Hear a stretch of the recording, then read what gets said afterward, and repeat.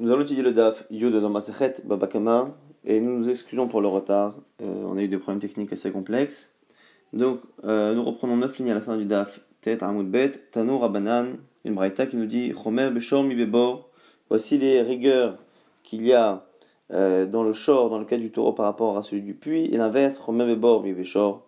Et la Gemara, la braïta va expliquer Chomer Beshor Mi Bebor. Qu'est-ce qu'il y a de particulier dans le taureau par rapport au puits?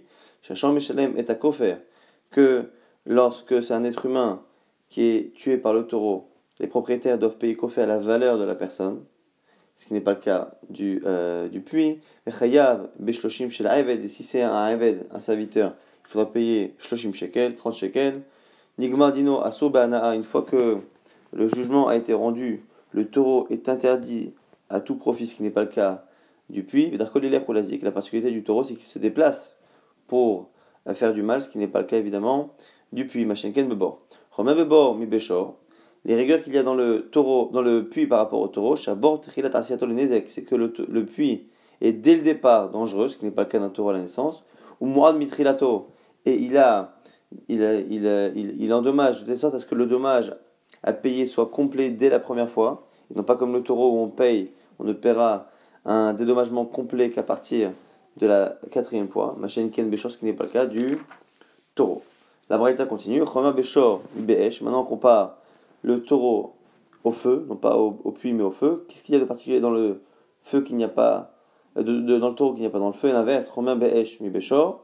La Braïta va expliquer, Chomer Beshor Mi Be'esh, qu'est-ce qu'il y a de particulier donc dans le shor, dans le taureau par rapport au feu, Shacham Meshalem Kofer, c'est que le shor, le taureau, il paye ce qu'on a dit tout à l'heure, le kofer, donc la valeur de la personne si c'est un homme qui a été tué. Après, ce qu'on a dit aussi tout à l'heure, Chayav, Mishushim Shekel, Shena Eved, il paiera les 30 shekels si c'est un Eved, Nigmar Dino, Asobana, si le jugement est rendu, l'animal est interdit à tout profit, Saro le Chayav Shotev Katan. Et la dernière chose qui est typique au taureau qui n'est pas le cas du Hesh, c'est que si on a laissé le taureau dans les mains de quelqu'un qui est irresponsable, donc un cheresh ou katan, un fou, un enfant ou un sourd-muet, dans ces cas-là, on est chayav, machin ken be'esh, qui n'est pas le cas du feu comme on avait vu dans le daf d'hier. Maintenant, choma be'esh mi beshor, qu'est-ce qu'il y a de particulier dans le feu qu'il n'y a pas dans le taureau, sha'esh mo'edet mitrilata, machin ken beshor, comme ce qu'on a dit précédemment pour le puits, c'est-à-dire que le feu, comme le puits dès la première fois qu'il endommage quelqu'un, on doit payer la totalité du dommage, ce qui n'est pas le cas du taureau, où on a dit que les 3 premières fois, on ne paye que Khatsi Nezek, que la moitié du Nezek. Ça, c'était les premières comparaisons. Maintenant, l'Agmara nous dit on compare maintenant le feu et le puits. Donc, et après, Chomer Bebor, la particularité du puits par rapport au feu. Chomer Bebor, qu'y a-t-il de plus dans le puits que dans le feu? Chez Trilat Asiatol Nezek, c'est que dès le départ, un puits est dangereux, ce qui n'est pas le cas d'un feu lorsque j'allume chez moi. Mais ça le TV Katan, et là aussi, le puits, lorsque je le laisse à surveiller chez quelqu'un qui est irresponsable, je suis responsable à ce moment-là du Nezek. Machin Kenvesh, qui n'est pas le cas du feu, où c'est pas moi qui serai responsable. Choma Be'esh Mibebor, qu'y a-t-il de plus dans le feu que dans le puits? Chez Esh Jarkalilech Olazik, c'est que le feu se déplace pour endommager. Mouadet Lechol Ben Davar Araouila, ou Ben Davar En Raouila, Machenken Bebor, et que le feu a l'habitude d'endommager toutes sortes de choses. Il ne fait pas de différence entre les choses qui sont aptes à être endommagées et sur lesquelles il est chayav. Donc du coup, on sera chayav sur toutes les choses qui seront endommagées par le feu sans exception, ce qui ne sera pas le cas du bord. Et on verra que dans le bord, c'est éventuellement l'équilibre. L'agma maintenant se pose une question, elle dit Vélit, mais pourquoi on n'a pas enseigné Chomer Beshor Mi Bebor? Pourquoi entre le taureau et le bord et le puits, on a oublié un cas? Shachor Chayev Boetakelim, Hashinken Bebor, c'est que lorsque mon taureau endommage des ustensiles, je suis chayav. Lorsque c'est mon puits qui a endommagé un ustensile, qu'un ustensile y est tombé, je ne suis pas chayav. Donc pourquoi on n'a pas enseigné ce cas-là? La Gemara propose dit Amane Rabbi Yudahi. Peut-être que la Braïta c'est Rabbi Yuda. Qui lui pense que même dans le cas du taureau, dans le cas du puits, Mechila, on est chayav si les kelim se sont abîmés dedans. Et donc du coup c'est la raison pour laquelle on n'a pas finalement une différence supplémentaire. Cette différence n'existe pas, parce que selon Rabbi Yehuda, quand j'endommage un kéli, que ce soit avec mon puits ou avec mon taureau, c'est pareil, je paierai. Donc c'est pas un chomer qu'il y a dans le short par rapport à bord. Il m'a dit un problème, on ne peut pas dire que c'est Rabbi Yehuda. Pourquoi de Rabbi Yehuda et Masefa, je comprends plus la fin du même enseignement. Pourquoi Chomabe, je me dis, bon, on a dit quelle est la particularité qu'il y a entre le feu et le bord. Donc c'est la dernière comparaison qu'on a vue à la fin. C'est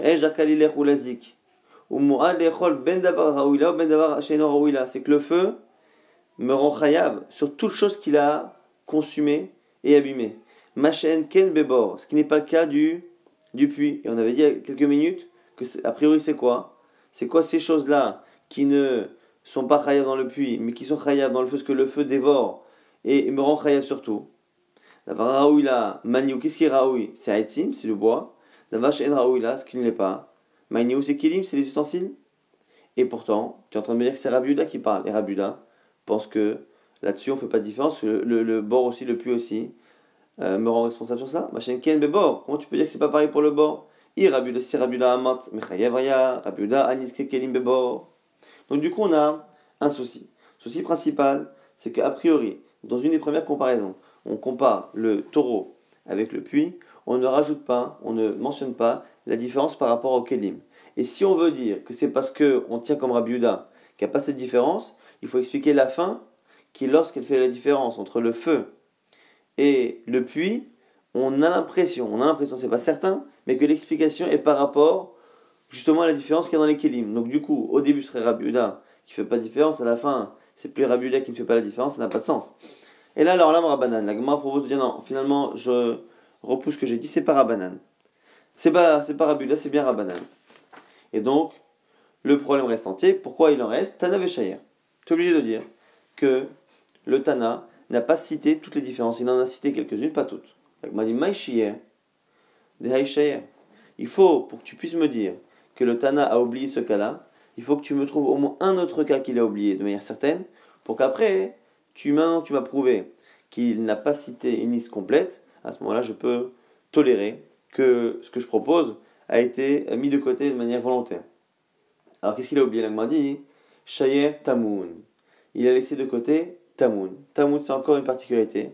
C'est que lorsque mon taureau va endommager quelque chose qui est recouvert dans quelque chose, donc il y a une couverture ou de la paille, et dans la paille ou dans la couverture il y a un objet. Si le taureau endommage tout, je serai chayav sur tout, ce qui est recouvert et ce qui est à l'extérieur. Alors que dans le feu, non, on n'est pas chayav sur ce qui est tamoun, ce qui est caché dans une botte de paille ou ce qui est caché dans quelque chose, on est chayav que sur l'extérieur. Et donc c'est encore une particularité entre le feu et le taureau qui n'a pas été cité, et donc on a la preuve que la liste n'est pas complète, et donc du coup, on peut également dire que l'histoire des kelim, qui fait une différence entre le puits et les autres Nezikim, n'a pas été citée aussi de manière volontaire. Autre proposition, Iba etema, alors l'âme Rabbi Yehuda, non, tu peux encore dire que c'est Rabbi Yehuda. Et donc pourquoi on n'a pas cité l'histoire des kelim? Parce que Rabbi Yehuda pense qu'il n'y a pas cette différence. Ah, est-ce que tu as vu à la fin la comparaison entre le feu et le puits? On a dit que c'est que le feu, il est mort en chayav sur toute chose et pas l'autre. Et on avait dit que la différence c'était sûrement kelim, ce qui posait problème avec Rabbi Yehuda. Et d'avoir chez Raoula, lave la touye kelim. Ce que tu as dit à la fin, quelque chose qui est raoui, qui est apte, qui n'est pas apte, c'est pas l'histoire des kelim. Et là, la touye, l'ichacha niro, c'est pour parler d'un cas où le feu a endommagé la terre, quelqu'un a labouré sa terre, et après la terre elle a été comme ça brûlée un peu en apparence sur l'extérieur, ou un côté, un mur a été comme ça brûlé, un peu noirci par le feu. Dans ces cas-là où c'est juste extérieur, c'est une particularité où finalement il n'y a pas d'endommagement réel, mais tout de même la personne doit labourer à nouveau sa terre pour ne pas laisser cette partie à l'extérieur. Le mur, il faut aussi le gratter ou le peindre à nouveau, et donc c'est une particularité. Et c'est celle-ci, on dit que dans le feu, on est chayav sur tout, ce qui n'est pas le cas dans les autres choses. Donc selon ce second pirouche, on arrive à expliquer que la braïta c'est Rabbi Yehuda. Là-dessus on objecte. Matkif la ravaché objecte litne chomer beshom bebor. On aurait dû rajouter encore autre chose.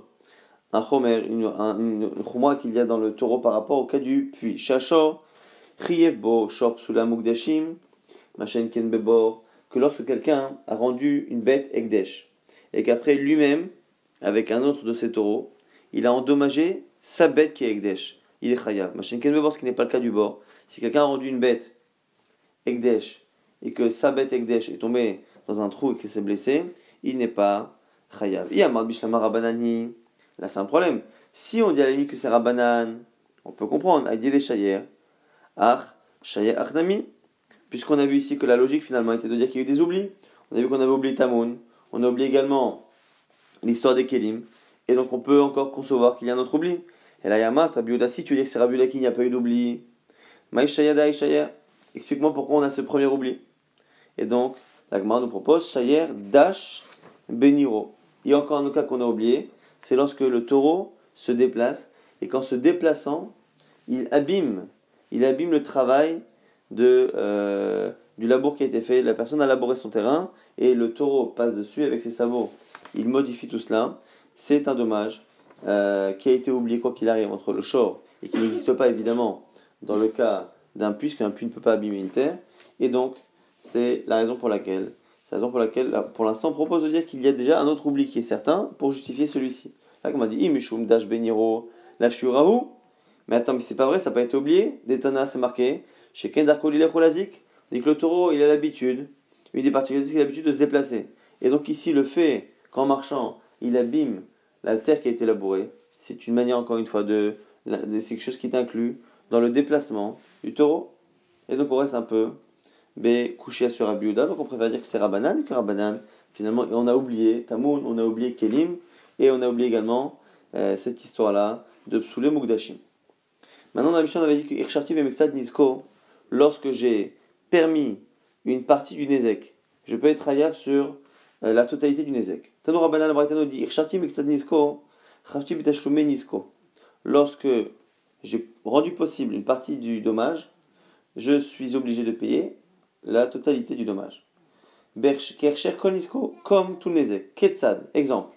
Achofer Bor Tisha, celui qui creuse un trou de 9 tfachim, mais qui n'est pas encore chayav si quelqu'un tombe dedans. Ou Ba'acher Veishlimol Asara, et quelqu'un creuse le tefar, les 10 cm supplémentaires. Acharon chayav, le dernier sera chayav, même s'il n'a creusé qu'un dixième du trou qui a causé le dommage. Il sera chayav de tout, parce que c'est lui qui a terminé le travail. La Gemara dit ça, c'est pas comme Rabbi. Delo que Rabbi. Pourquoi? Tanya, il m'a dit qu'il y a Achofer Bor Tisha, ou Ba'acher Veishlimol Asara, Acharon chayav. On a une braïta qui nous dit ce qu'on vient de dire, que lorsqu'on a un qui creuse 9, l'autre qui creuse le dernier, le dixième, le dernier chayav. Rabbi par contre, Omer, acharon lemita. Alors, autant achar shnehem enzakim. Donc, pour la mort, c'est le dernier effectivement, mais pour le dommage, s'il y a un dommage, et c'est le cas d'ici, on parle du dommage, les deux seront chayavim. Du coup, on ne dit pas justement selon Rabbi que c'est le dernier qui est chayav.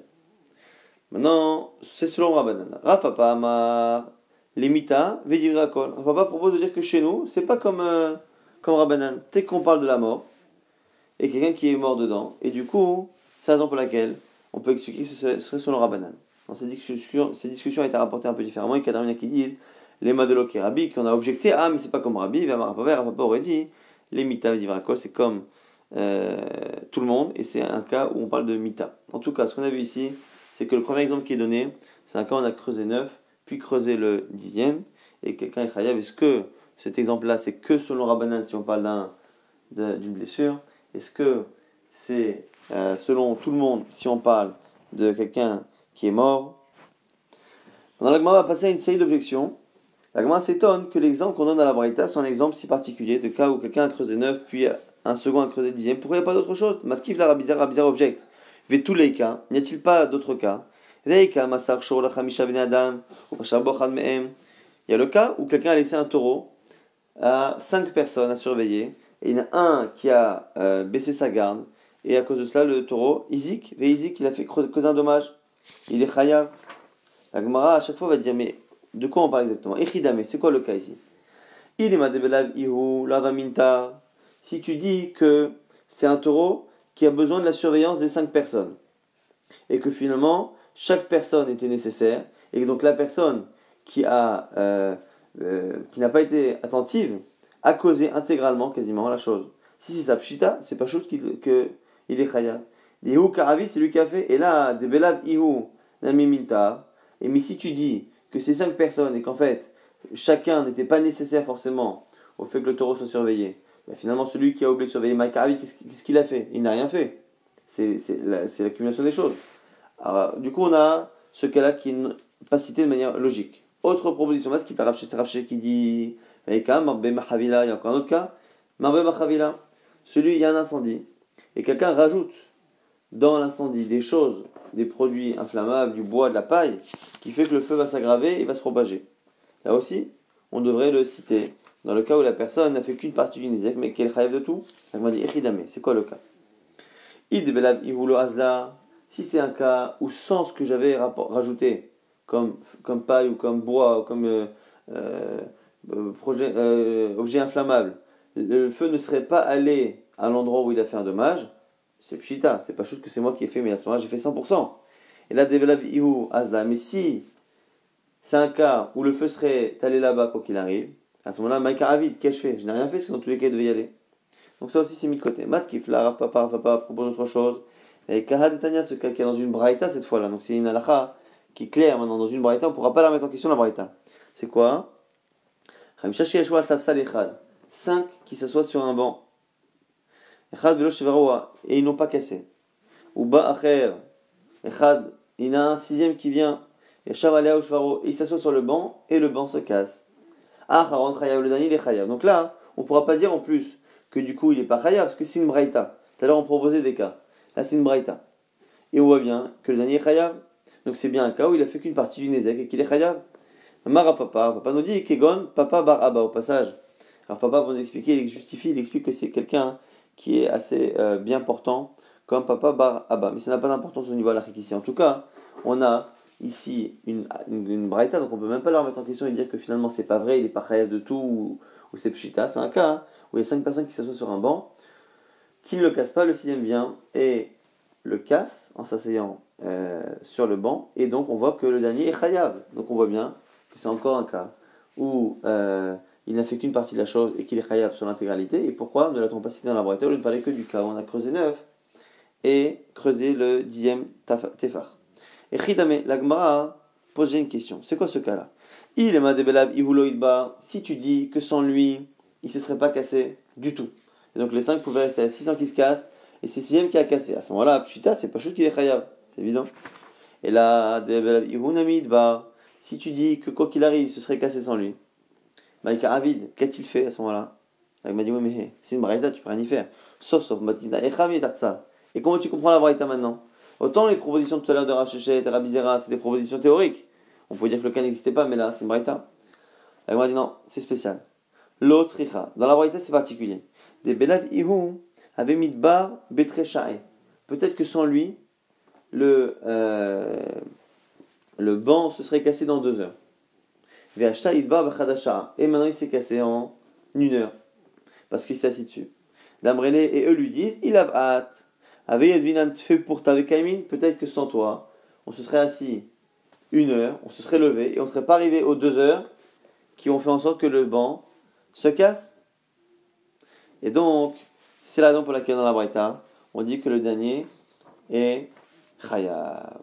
Maintenant, mais c'est pas le cas de quelque chose, quelqu'un qui a fait une partie du Nézek. Juste ici, il a avancé. Et donc, on lui demande de payer par rapport à cela. Maintenant, la Gemara pose une question. Pourquoi celui qui arrive en 6e s'assoit ne peut pas leur dire Veli Maléhu? Il a Atoun, Bedidi le Avamidba. Il peut aussi leur dire que son poids à lui seul n'aurait pas cassé le banc. Que c'est parce qu'il s'était déjà 5 sur le banc que son poids rajouté a cassé. Donc, c'est le poids cumulé de tous. Donc, pourquoi le rendre chayav? La Gemara dit dans l'autre richa des Beadé des Samir Bahutava. La Gemara nous dit c'est parce que lui-même est responsable du fait que les gens soient restés dessus. Pourquoi? Parce qu'il s'est en fait allongé sur eux de telle sorte qu'il les a empêchés de se lever. Et du coup, même si c'est le poids de tous qui a causé le dommage, c'est son poids lui, il en est évidemment responsable parce que c'est lui qui s'est assis, mais même le poids des autres qui restent sur le banc, il en est responsable parce que c'est lui qui les a empêchés de se lever. La Gemara dit pshita, c'est évident ça. Si c'est lui qui les empêche de se lever, il est chayav. La Gemara dit c'est pas si évident, pourquoi? Maoud et Tema, qu'est-ce que tu aurais pu dire? Autant son poids c'est son corps. il est chayav, il est responsable de ce que son corps fait.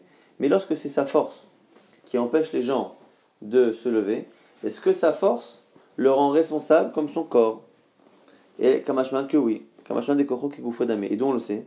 Parce que finalement, lorsque quelqu'un casse quelque chose avec son corps, c'est rarement son corps statique qui fait quelque chose. C'est son corps et la force qu'il lui donne. Lorsqu'il donne un coup, lorsqu'il fait tomber quelqu'un, lorsqu'il blesse, lorsqu'il tue, c'est toujours le corps qui est au contact des choses, mais c'est toujours le contact du corps, de la matière, mais additionné à la force de translation qui donne justement l'élan et la force pour casser. Donc, vechol echad gufo, tava, parce que gufo, n'a mis tava, parce que finalement, à chaque fois que mon corps casse quelque chose, endommage, c'est aussi ma force qui le fait. Donc, c'est la raison pour laquelle on a ce cas particulier du banc où la personne s'est assise en dernier et qu'il a avancé du coup le moment où le banc s'est cassé et qu'il est responsable parce que c'est lui qui les a empêchés de se lever. Mais tous les cas, quoi, il ne reste pas un autre cas. Vehaïka, Hadetania, encore un autre cas dans une braïta. Et Koura Sarah Ben Adam. Ils sont 10 à avoir frappé un homme. Ben Samaklot avec 10 bâtons. Ben Bebatachat. Ben Bazachazek, que ce soit tous en même temps ou l'un après l'autre. Pamet et la personne est décédée. Kulan Pturim, tout le monde est dispensé. Rabbi Ben Beter Omer, Rabbi Ben Beter pense que Bazachazek, Acharon Chayav, que lorsque c'est l'un après l'autre, c'est le dernier qui est Chayav. Mimne, chez Kirev, Edmitato. Car il a approché sa mort. Donc la marloquette se situe dans le cas où c'est l'un après l'autre. Est-ce que le dernier qui a mis le coup fatal est Chayav pour la mort de la personne ou pas? Selon Tanakama, non. Selon Rabbi Ben Betera, oui. Et donc on voit que le dernier est Chayav. Pourquoi on n'a pas cité ce cas-là sur Rabbi Ben Betera? Agmara a dit deux réponses. Bekatalo Kamari, on ne parle pas des cas où il y a la mort. Et Beitema, et en plus on ne parle pas des cas Beplukta Kamari où il y a une marloquette. Et là ici c'est une marloquette, Rabuda et Rabbi Ben Betera Chachamim. Agmara dit mais comment tu dis qu'il n'y a pas de marloquette? Velo Vehaoukim Nadeloki Rabbi. Et pourtant le premier cas qu'on avait cité justement, où il a creusé 9 et l'autre a creusé 10, on avait dit que si on parlait d'un cas où c'était une blessure, c'est forcément pas comme Rabbi, parce que selon Rabbi, c'est pas cette halakha, le dernier pas chayav. Donc tu as déjà dit que la halakha est comme Rabbanan, pas comme Rabbi. Donc qu'est-ce qui te dérange ici de dire que la halakha est comme Rabbi Ben Betera, enfin que la Braïta parle de Rabbi Ben Betera, pas de Rabbanan? Et tu as raison. On parle de marloquette, mais on parle des avis les plus généraux, les plus importants. Delo qui est Rabbi, ou qui est Rabbanan Mokminan, effectivement. Dire que la Braïta n'est pas comme Rabbi, donc elle est comme Rabbanan comme la majorité, ça on le fait. Qui est Rabbi Ben Betera, Delo qui est Rabbanan, mais dire que la Braïta est comme Rabbi Ben Betera qui est une minorité et pas comme Rabbanan, lo Mokminan, ça on ne fait pas. Dernière partie de la Mishnah, Chavti Vitashoumin Neziko, on avait dit dans la Mishnah que lorsque j'ai rendu possible le dommage, je suis chayav betashloumé nisko, du remboursement du nezek. Et ici, tashloum, c'est une notion de remboursement, mais également une notion de compléter. Mashlim, c'est compléter. Et du coup, ici, on va apprendre une halakha, et on va en chercher après la source. C'est que, en fait, lorsque la personne a endommagé, mon taureau a endommagé le taureau, au lieu de payer l'intégralité de la valeur du taureau qui était endommagé, et du coup moi de récupérer la bête pour pas que la personne se retrouve avec l'argent de la nevela, donc du corps de l'animal plus l'argent, donc j'aurais pu récupérer, mais non, on apprendra ici que la personne qui est endommagée récupère le cadavre de l'animal, il récupère la valeur de ce cadavre-là, et celui qui a causé le dommage par l'intermédiaire de son animal ne remboursera que la différence qu'il y a entre l'animal vivant et l'animal défunt, l'animal mort. Donc ça, c'est ce qu'on nous dit ici. Rafti benisko lokatane, c'est pas que je dois payer le nezek, qui est la valeur 1000 du taureau. Et là, betashloum enisko, je dois payer le complément du nezek. Tanina leatno rabanan, c'est ce qu'on a marqué dans une braïta, tashloum nezek, mais la mèche alim, mais tapelin banevela. Tashloum, l'expression de tashloum, le complément du nezek, il va nous apprendre que les Béalim, le propriétaire, s'occupe de sa nevela, donc il la garde, il la récupère, il la vend, et il récupère son argent, c'est à lui de faire ce travail-là. Et nous, et le mazik, celui qui est coupable, ne devra payer que le différentiel. Menan et Milédon, c'est ça, et là on a plusieurs sources. Amar Rabiami qui nous abarquera sa pasouk, qui m'a kinefesh behema ishalemena. Celui qui frappe un animal, il devra le payer. Atikre Yeshalemena ne crie pas, Yeshalemena il va payer, et là Yeshlimena il va le compléter. Et du coup, c'est pour nous apprendre que l'on complète et qu'on ne paye pas la totalité et que la personne garde le cadavre. Rav Kana, Rav Kana, il apprend d'ailleurs, Me'achaim, Tarov, Teref, Ive, Ouaed, Aterefalo, Ishalem. Si quelqu'un qui a gardé qui devait garder un animal, finalement, il a mal gardé et l'animal a été blessé, Tarov, Taref, il a été déchiré, blessé, Yevi, Ouaed, il amènera un témoin, Aterefalo, Ishalem, il ne paiera pas la terefa, donc l'animal qui a été endommagé. Et là, on fait un jeu de mots. Aed, ça veut dire un témoin, mais là on le lit ad, jusqu'à. Et au lieu de le lire au mot d'avant, il amènera un témoin, on lit Aed a terefa, ad a terefa. Il paiera quoi? Il paiera jusqu'à la terefa. Ad a terefa, il paiera, donc il paiera, c'est-à-dire, il remboursera le dommage jusqu'au prix de l'animal, du cadavre, qui là, il ne le paiera pas parce que on le laissera dans les mains de la victime qui récupérera de l'argent avec. Yeshalem terefa atzma lo yeshalem, donc il ne paiera pas la terefa, l'animal mort lui-même. Cheski Amar, une troisième source, mais acha de là, ve'amet yelo. Lorsque le shor a été tué, à ce moment-là, il paiera le taureau, ve'amet yelo, et le mort, l'animal mort, sera à lui. À qui? L'anizak, à la victime. Vechentana de Bereskia, comme ça dans ses chers Bereskia, ve'amet yelo, à qui sera l'animal mort? L'anizak. La Gemara dit, mais comment on le sait que c'est comme ça qu'il faut lire le verset? Ataomer, la Nizak ono il a la mazik. Comment tu sais que c'est l'un ou l'autre? Amart, lokachaya. Pourquoi? Parce que finalement, ça ne peut pas être lu autrement. La Gemara dit, pourquoi? Maï, lokachaya, c'est quoi cette expression? Pourquoi on ne peut pas lire autrement? Surtout que, en vérité, le pasuk, au contraire, il parle normalement de celui qui a causé le dommage. Celui qui cause le dommage, Yishalem shor, tachashor, il paiera, donc le coupable, il paiera un taureau contre le taureau, et l'animal mort sera à lui. Donc normalement c'est lui, c'est celui qui a endommagé, pas la victime. Alors on dit parce qu'ici il y a une redondance. Si tu voulais dire que l'animal appartient à celui qui est coupable, il fallait laisser la première expression, qu'il paiera un taureau contre un taureau. S'il paye un taureau contre un taureau, c'est-à-dire qu'il va payer le taureau qui a disparu, vivant, et lui va récupérer le taureau de l'autre côté.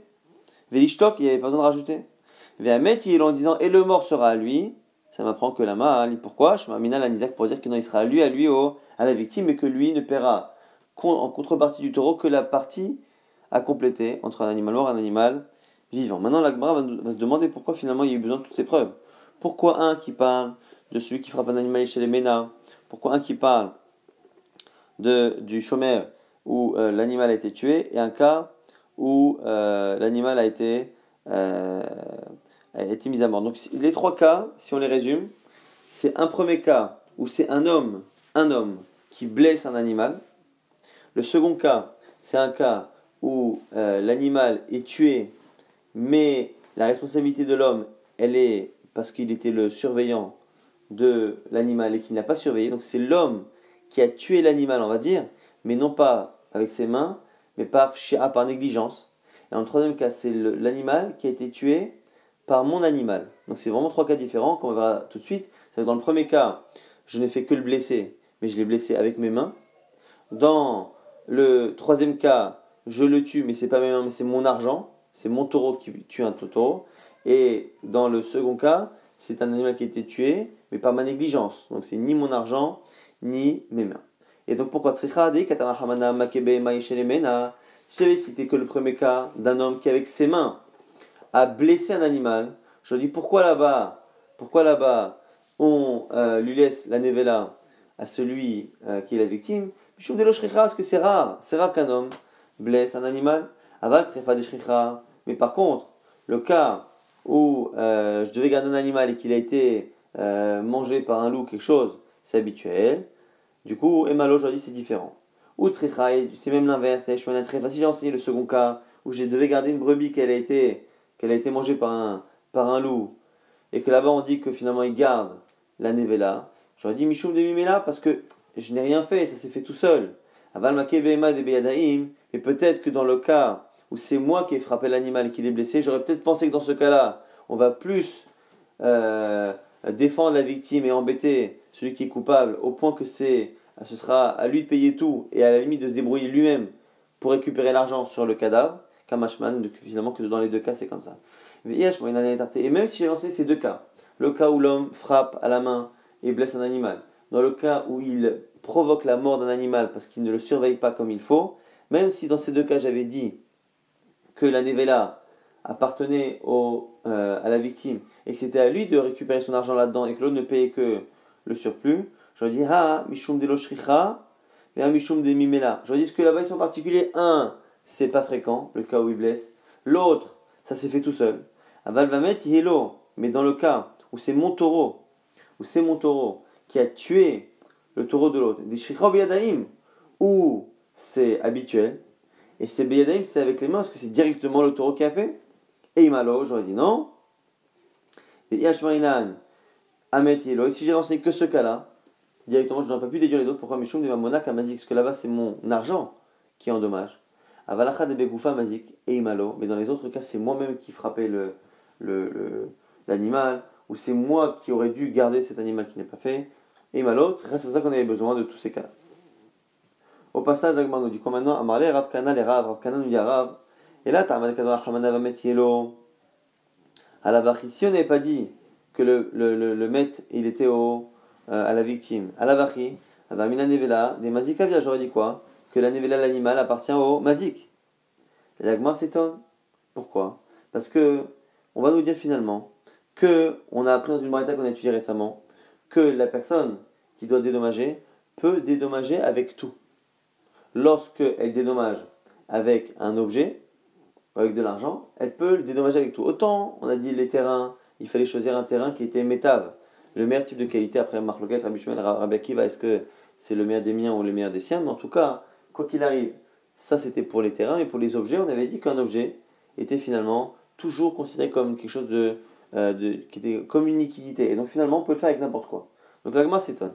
Elle dit, puisque dans tous les cas, si le mazik, celui qui donne l'argent à cause du dommage, s'il possède plein d'animaux morts, s'il veut rembourser la victime, il peut le rembourser avec tous ses cadavres. Puisqu'on peut rembourser avec la victime avec n'importe quel objet, on peut le rembourser avec des cadavres.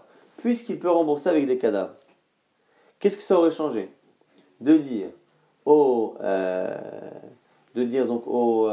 à celui qui doit payer, tu sais, tu dois payer tout, mais tu dois te débrouiller pour vendre l'animal. Qu'est-ce qu'il aurait fait la personne? Il dit non. Moi, qu'est-ce que je vais faire tout de suite? Je paye une partie déjà avec le cadavre, comme ça je ne m'occupe pas du cadavre. Et moi je ne paye que le surplus.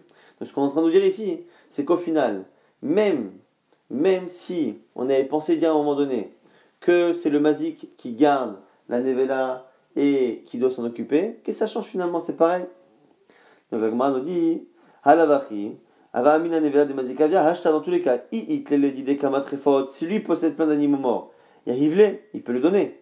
Damarmar, ce qu'on a dit, Yashiv, la raboche avec SF. Il a fait le soubin. On a dit que Yashiv, quand on a dit Yashiv là-bas, c'est pour nous dire qu'il peut payer avec tout ce qu'il veut, même soubin. Didem Baria, donc du coup, qu'est-ce que ça change? Que ce soit lui, Agmadilon Isrecha, et la Lifrat Nevela. Non. Ici, la grande différence, elle est si la Nevela a perdu de sa valeur entre le moment où il y a eu l'accident et à la fin.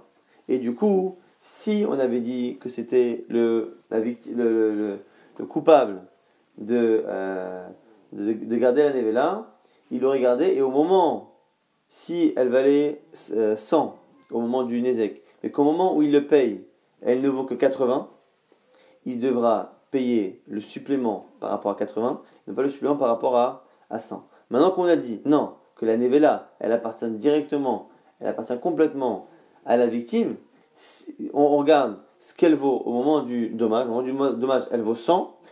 Le mazik ne paiera que le complément à partir de 100 pour arriver à la valeur de l'animal lorsqu'il était vivant. Et on ne tient pas compte du fait qu'entre le moment où il y a eu le dommage et le moment où il paye, l'animal a perdu sa valeur parce que c'était au nizak à la victime de vendre l'animal.